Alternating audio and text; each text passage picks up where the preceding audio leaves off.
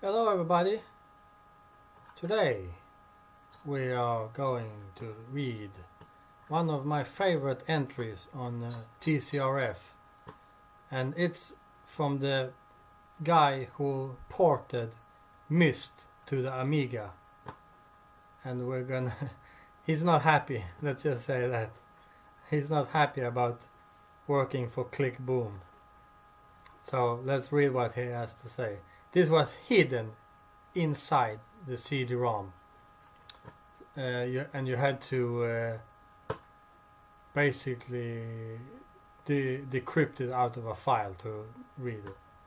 But anyways, let's begin. The whole truth about ClickBoom.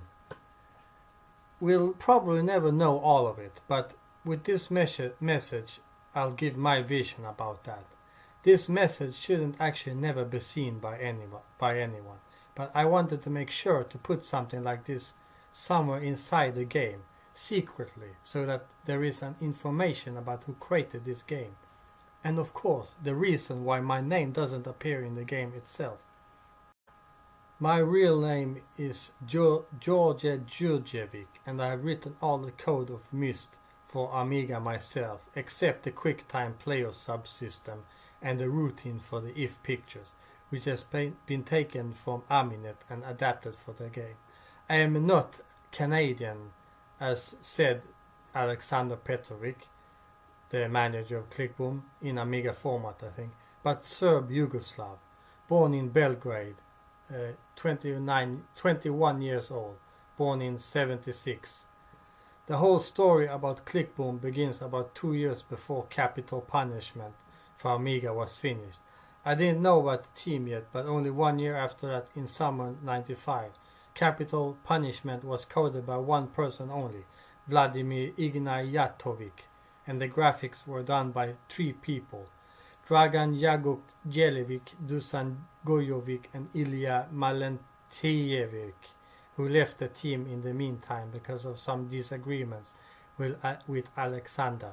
Ilya is one of the idea makers of Capital Punishment, all of them Serbs. As I said, I met them and started with another project for ClickBoom about a year after Capital Punishment production started, and it was about a management game which never appeared anywhere. There were many disagreements and fights in the team, but I can't talk about that since I was not directly involved nor present when it happened, and almost everything I know is based on what other members of the ClickBoom team told me. Usually fights were about money, because everyone is bad paid. 400 D-mark and less a month for 8 or sometimes more hours of work per day. And they started when the production of the game was to be accelerated because of the deadline was almost expired. Honestly, Capital Punishment should have been a much better and interesting game if Alexander Petrovic didn't force his own will in most important aspects of the game, such as playability or the graphics. As an example, the graphics men painted as well one of the characters, Corbin Wedge, originally called Dasa, which means something like guy body, so well that Alexander Petrovic told them to make him look uglier, because everyone would say that he had been scanned. Anyway, what is done is done. The game was not sold very successfully, even if Alexander provided an excellent advertising for it. Alexander promised to pay to the whole team who made Capital Punishment a bonus after the job was done. It should have been paid long time ago, March 97, but until today it hasn't been paid. I accepted to work on Myst, 400 D-mark per month, even if I suppose that the future of the whole project wasn't very bright.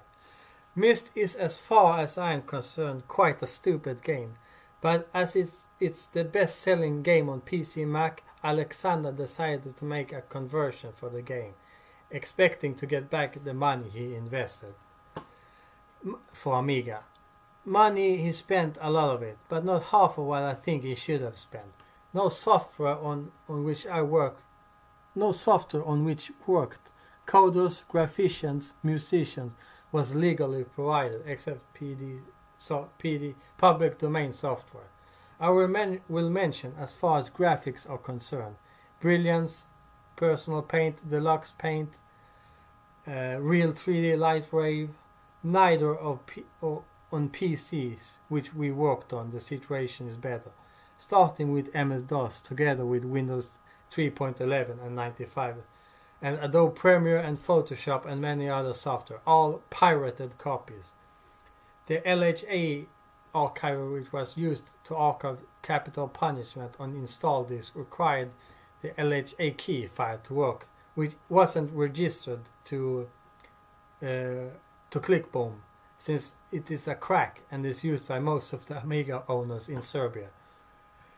Why am I writing all this? The reason is simple. I should finish the game Myst quite soon, and I suppose I won't work for ClickBoom anymore. I even suppose I won't get the bonus after the job is done. As Alexander and I agreed before I started to work, since I consider that I've done my work honestly and the best I could. It was not easy since I had to use parts of the original game without any help of the original authors. And I guess what I had to deal with in the game, and also to do with Alexander said what and how it should be done. I don't want to lose the money. This is the simple way to force Alexander to do what is his duty. If somebody is thinking about the word blackmail, that's exactly what I have in mind. If he doesn't want to lose credibility to in the public. How can I prove that it is true? Simply, since I am the coder, I'll get all the source code home, and I'll leave some useless parts where I work together with complete source code, where there were other people working. Olga Alkalai 7, Belgrade, apartment 113. But archived with a password only, I know. Most probably with Diavolo backup, also pirate copy.